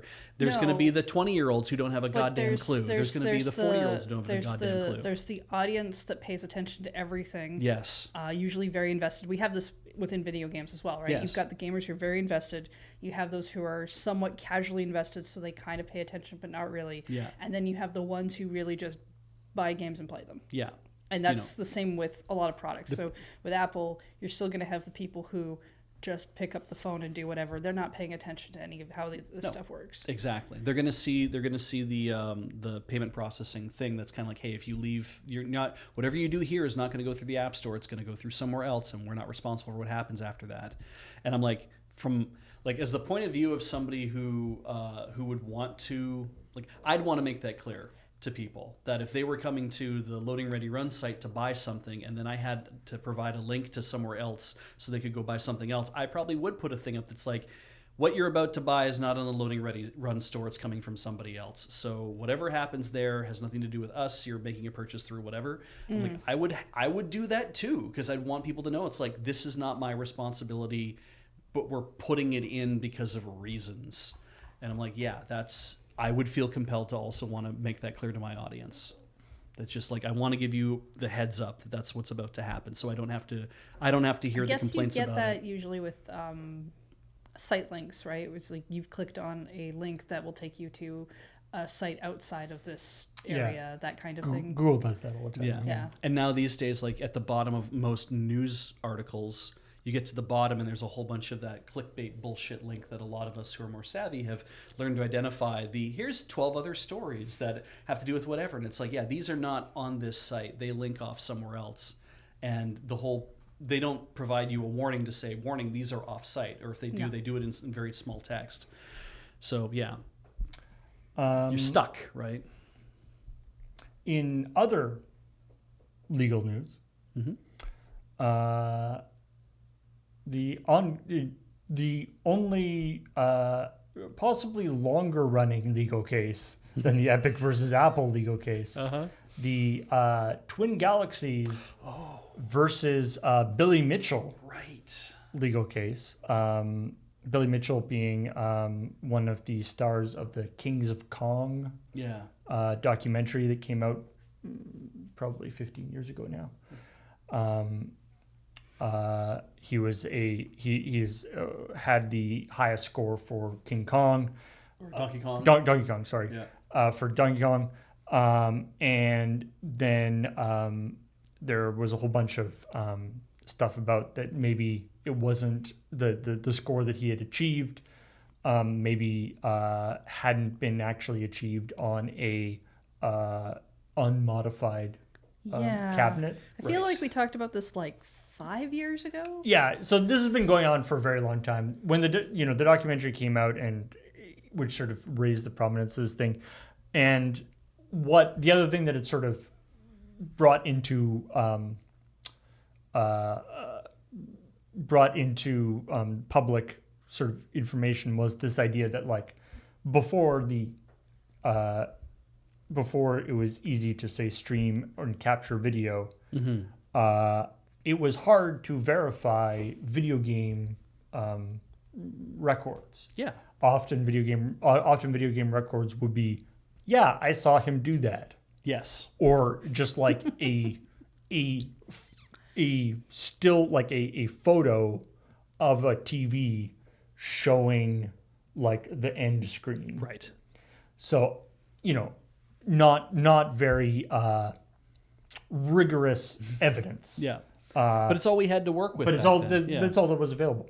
Yeah. And it became clear after a bunch of analysis and stuff. It seemed like that his scores may not have been achieved on a legitimate machine. Yes. Original factory stock machine, I guess, is maybe the way to put it. Yeah. And there's the details. There's various things that went back and forth and things, and he made claims about having certain records that didn't seem to be anywhere.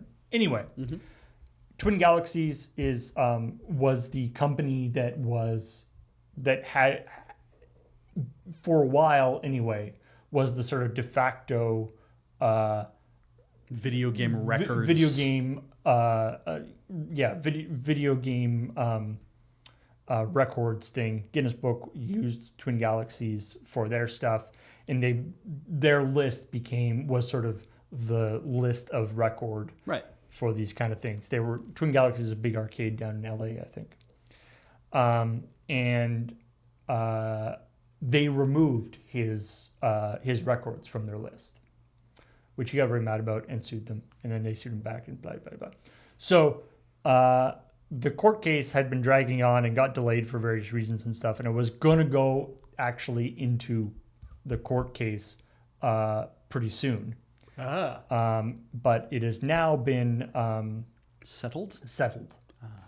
And again, kind of like the Epic Apple thing, where both, in kind of the settlements like this, both sides are kind of, don't get all they want, but don't lose, but don't win. Yeah. So what's happened is his records have been, Billy Mitchell's records have been reinstated. Okay. But not, so Twin Galaxies has like their records page. Right. They also have a separate thing that's what they call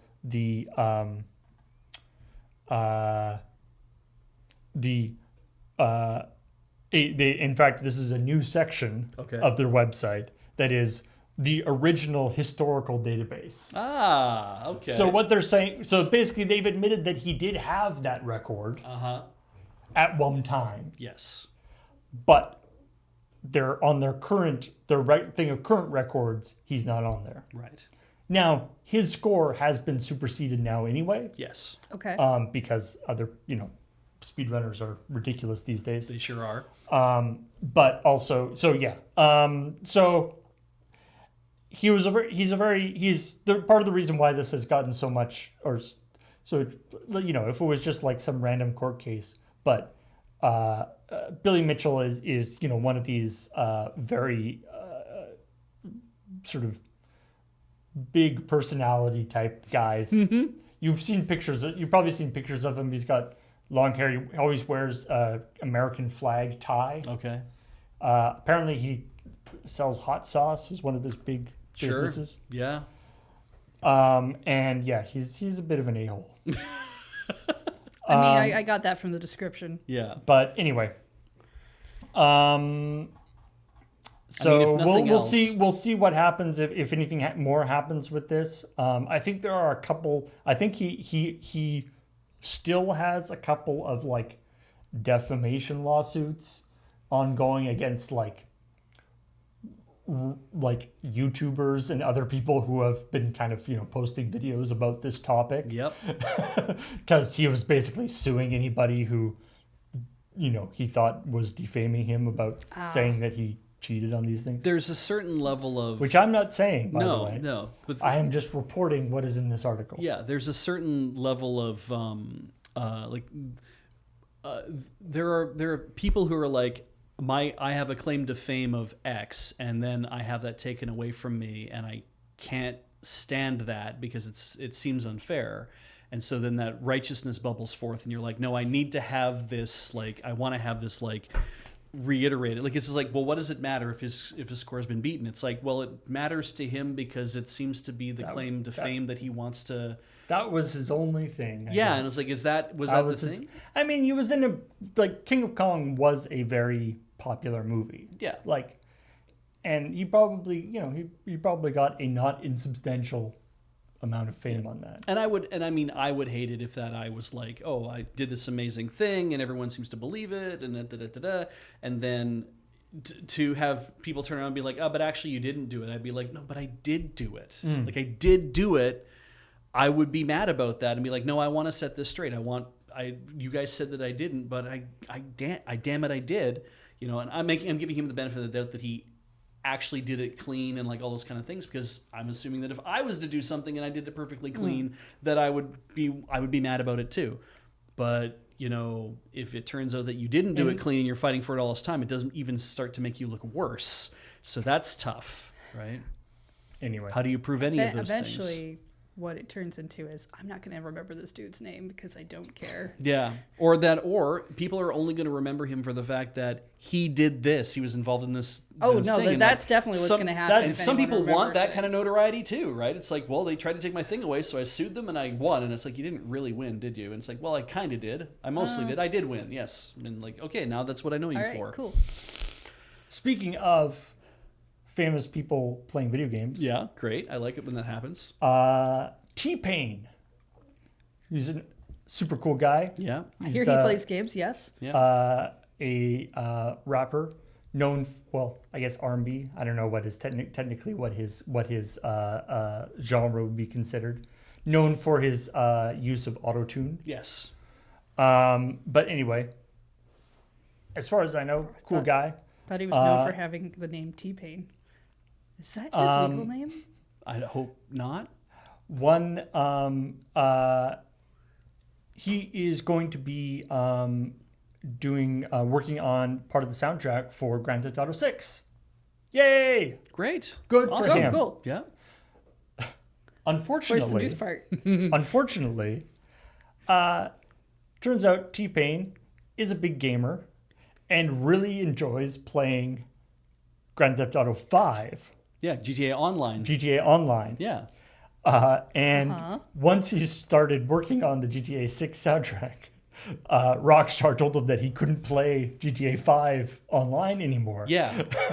Now, that's super weird, right? Actually, I thought there was a specific part of it. So go with me on the journey that's happening now too, because when when Paul posted the story, I had the same reaction, like, that doesn't make any goddamn sense. Why would you want to stop? They definitely put it in the headline that way. Yeah. Why would you want somebody who you are paying to be on the next thing, who publicly plays and interacts with other people in another version of the thing that they're being involved in, right? It's like, that sounds totally good. That sounds awesome. Why wouldn't you want them to be like an ambassador for that for free because he's playing GTA Online? Well, he plays on NoPixel, which is a modded role-playing server, which GTA Online, like Rockstar... Unofficial. It is unofficial, and Rockstar does not control it. Except now they do. Yeah. In some way, shape, and form. They now purchase the company that made the mod. And part of the... And also part of this, apparently, one of the things that he enjoys doing on this RP server is meeting up with other with sort of homebrew hip hop music people. Yeah. And they perform and they can play their music from like the car stereos in game and stuff. And so and in fact, apparently there's some people have actually gotten quite popular outside of the games, like streaming songs that were sort of originally released in game, and so yeah, they're like, hey, we can't have you playing music that then, and it's that thing of like, even if it's different music than you're going to be doing for GTA 6. Yes. But Your musical themes show up again and again. Certain chord progressions show. Yeah. Making sure that there's absolutely nothing that crosses over between the GTA 6 stuff you're working on and this fun stuff you're doing is almost impossible. Yeah, and there's that sense of like you're adding value to something that we don't like that this thing exists because we don't have a say into how it's operated because it's separate, right? Well, I don't know if they I'm sure don't like that it exists. I think that's probably can't condone that it exists. Yeah, I think it's more of a from like Rockstar Legal or whatever has to be like they take a stance on like this is the thing, and what I love is that his breakdown of what they told him, and he's they right like the people at Rockstar. He didn't say who he talked to at Rockstar. I'm going to assume it's legal, and what he was told was because if not, it's basically it would be whoever it is that liaises with. Liaises with third-party contractors. So it could be an HR contingent as well. They said it would be like if somebody took an album that you made and then re-recorded it, and then everyone started listening to that re-recorded album instead of buying your album and listening to your music. And he's he was like, so I kind of get where they're coming from, but at the same time, it sucks because I had a lot of fun doing this. Yeah. And now they own the modding company, and so I can't be on the thing, but they own the modding company, which means I would technically be doing work on a thing that this is fucking whatever. Like he ended with just like, anyways, whatever. And I'm like, he didn't want to be talking about this. This was something that came up in like a TikTok video. Yeah, he was doing an interview, and and it's got TikToked, and it's like. Just this idea of like, oh man, I got to talk about this thing, and he did, and he got to the end of, I think he got partway through it and realized it's like, this is not going to go well for me in any way that I'm doing this. Yeah. So you know what? I'm just going to like whatever. It's fine. I'm like, oh T-Pain, it's not fine. You want to go back and play. You can tell that you want to go back and play, but you also want the work. Maybe when it releases, he'll be able to. I don't know. Or if they find a way to kind of make the modded roleplay server thing not feel to be a little more like Rockstar is cool with you guys doing this, then maybe he'd like go back there celebratory. Who knows? I think they probably still want to wait until the game releases. I would because assume if the legal fear is some sort of music crossover whatever thing, that's not going to go away. Unfortunately, that is kind of a sad thing about, about working in a company that does certain thing. There's things like say, Mark Rosewater, the lead designer for Magic, can't chat with people about Magic cards. Yes. In public. Yeah. Because anything he says or any ideas other people have could be construed as, something that becomes official for Magic the Gathering, and then there could be some arguments about who owns that intellectual property and all this kind of stuff, which is kind of sad though, because we've met him a few times and he really loves to talk about Magic. Yeah. It's like, and Weird Al, right? It's like you can send him ideas, but the moment that the ideas hit whoever it is that handles his mail, they always send you an email. They send you a letter back that's like, thanks for this. Al really appreciates that you're a fan of whatever. He can't accept ideas from outside, from outside suggestions. So we can't pass that on to him. Mm-hmm. And they're very clear about that. It's like, we're going to tell you right now that we're not passing this on to him. And then, so he has to have a firewall between him and his fans, because everybody always has an idea of like, what if you did a song about this and then you changed it like this? And what if it was actually talking about baloney? Yeah, exactly. We've done that one. Yeah. Really? You did that one? It's like, it was literally my first breakout hit. Jesus. All right. A couple more things. This has been a long chill point, but wow. Sorry. A lot of tricky things to talk about. Citra, the 3DS emulator, is going to be coming to MetaQuest, which is the VR thing. The VR thing. Next week. And I thought this was so cool. Sorry, when you said MetaQuest, I thought a laser tag place? No. Yeah, I know, right? Yeah. Anyway, keep talking. So, this is so cool. I've played 3DS games in emulator before. Okay, yeah. And, emulators are very good about. They have the two screens, and Oh, right, because we do it on stream kind yeah, of. That you can same do experience. the two screens and stuff. But of course, the whole 3DS part of the 3DS is Nintendo's got this neat technology of the 3D aspect. The glassesless 3D. Very different than the VR kind of 3D, but So this is an emulator where in the game, well, like in the emulated In the experience, in the emulated environment, you have a 3DS with one 2D thing and one screen that is actually 3D, like actually doing the full 3D. Right. So you can see it that way. Which I think is just really cool. Yeah. You don't have to, and you don't have to dial it in because you've already done it because of the Oh, what a great idea. I mean, the problem is it's on the Meta. That's a bit of heavy lifting to do though. That it's like, right, how do you you have to represent this in some way, and so that's not just them being like, oh, we just put it into the thing and now it works. It's like, no, they literally probably had to rewrite part of it to be like, send only this to this side, send only this to this eye. Like, so it's I was actually thinking when I saw this, I was thinking about like, has somebody made like a Virtual Boy emulator for like VR goggles? Yeah. Anyway, I just think it's a super cool idea and kind of a wild like the idea that like, so you are viewing in 3D, in within the emulator in your Quest environment, you are viewing a 3D stereoscopic 3D space. Yes. And in that space you've got a 3DS that has a 2D thing on it. Yeah. But then also has the shadow box of a 3D, window. Yeah. God, actually just mentioning. You have to pick up the 3DS and play with its buttons. And does it wobble? With your tiny. Do you have to use the? I don't know. Yeah. How does it control? Yeah. I mean, I assume not, because that's not really how our VR works.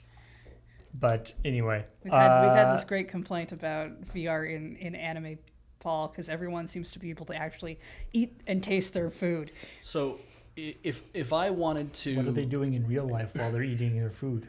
They have a helmet on their face. And they're not eating any actual food. Yeah, right. They wear a thing that plugs into whatever, right? They have like looks like a normal headset. They put the whole thing on, and then in the MMO, they're eating the food and saying how delicious it is and how you can taste this and you can taste that. And I'm like, you're not actually putting things into your mouth in real life, are you? Like, are you just like chips? And it's like, oh my god, the steak tastes amazing. Like it's. Now we're getting so then we're getting into it's actually like messing with your like neural input signals. I assume there's no sort of like jack in kind of moment in a lot of these things, but they all talk about how delicious the food is, and I'm like, maybe they're role playing. No, they're really acting like it's blowing their minds. Okay, my thought on that though, Nintendo Virtual Boy stuff, it would be funny as hell if they brought those to the Apple Vision Pro. Out of all the VR headsets, I see Nintendo and Apple have always kind of gotten along a little bit better than Nintendo and any other company. I could kind of see them being like, okay, we'll release the Virtual Boy stuff as a fun thing to do.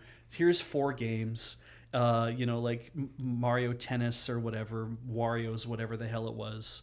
Tolero Boxer, doing that. But then I was like, though, if Nintendo was going to do that, they'd probably put like a junior team on, remake these games, but remake them in like full color. Or even remake them like not full color, but not, well, maybe red, you can horrible change the vision. color. Yeah, they'd have to be something else. Maybe you can change the colors. You could do red, but you could also like change it to a different color. Do it like Super Game Boy style. Where you just like, change the palette? Yeah, change the palette. Good. Yeah. I mean, remaking them for Labo VR would have been the way to do it, P. Mavers. You're absolutely right. But I don't think that's going to happen now. No, it's too bad. But that would have been really funny.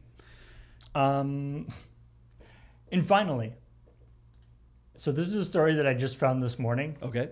And part of this story is that I'm very annoyed by this story, or at least how the story is being reported. Interesting. So this is about Prince of Persia: The Lost Crown, the new Prince of Persia game, which is a 2D Prince. Well, It's a Metroidvania. Yeah. it's a Side scroller. 3D side scroller, Yeah. which supposedly is very good. Yeah, I can't wait to play the demo. And everybody I've heard talking about it is just raving about it. Some people are comparing it to Hollow Knight in feel. Sweet. And so in this article is talking about how they are using kind of some of the aesthetics of it has some inspiration from the Spider-Verse movies. Sure. Yeah. Where it's got this like really colorful, really interesting art style. And one of the things they talk about is that actually, unlike a lot of 2D games, Ubisoft actually built a lot of the game's animations with motion capture. So starting with mocap. Okay. Where they blocked out things with stunt people and actors for both the cutscenes, but also for the actual things that happen in the game. Right. And what annoys me is that this story doesn't talk about the fact that was the original Prince of Persia. Yes. That was Waiting like for you to get to that. the huge innovation in the original Prince of Persia, and why it's so great is that it was all the animation was the guy's little brother with really baggy pants on, running back and forth, and then being traced. Yeah.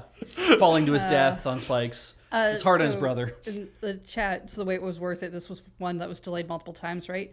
I don't know if this one has been delayed. I think the Lost Crown has been delayed a couple times, but usually the one that people are talking about is still delayed. It's the Prince of Persia remake. Yeah, the Sands of Time remake. Yeah. But yeah, there's supposed to be like a lot of cool music in there, and like everybody's just very popping off about this one. Yeah. Caveat. I know we've been bad mouthing Ubisoft a lot lately. Yeah. For very good reasons. That doesn't mean they can't make good games sometimes. Yeah, it's still an Ubisoft game, so deal with that how you will. Yeah. If you want to play it, definitely go buy a copy and own your own copy and make sure that you don't subscribe to anywhere, huh? Anyway. But yeah, anyway. It annoys me that this is like talking about how which, obviously the original like rotoscoping thing and doesn't bear any resemblance to what the process is for using motion capture to build 2D versions of 3D, to build a 3D thing. But it's still, I feel like you should mention it in an article about using motion capture for Prince of Persia. You should, though, okay, I'm going to do that thing.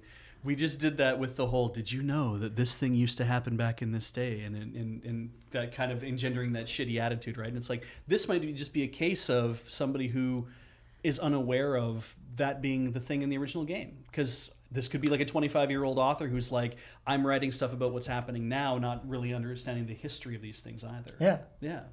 But this is, Which if you're watching. Well, I mean, that's true. Yeah. Oh, nobody watches this show. I don't think you're being shitty about it. You were not being shitty about it. But also, I don't feel like it's I don't think it's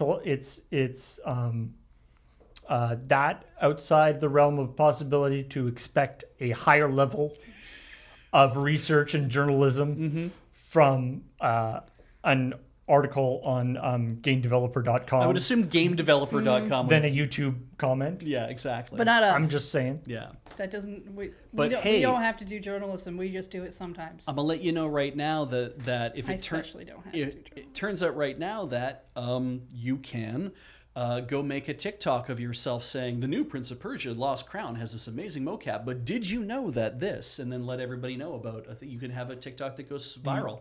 I love the. That's what we do nowadays. I We make wouldn't- TikToks about history and they go viral. I wouldn't.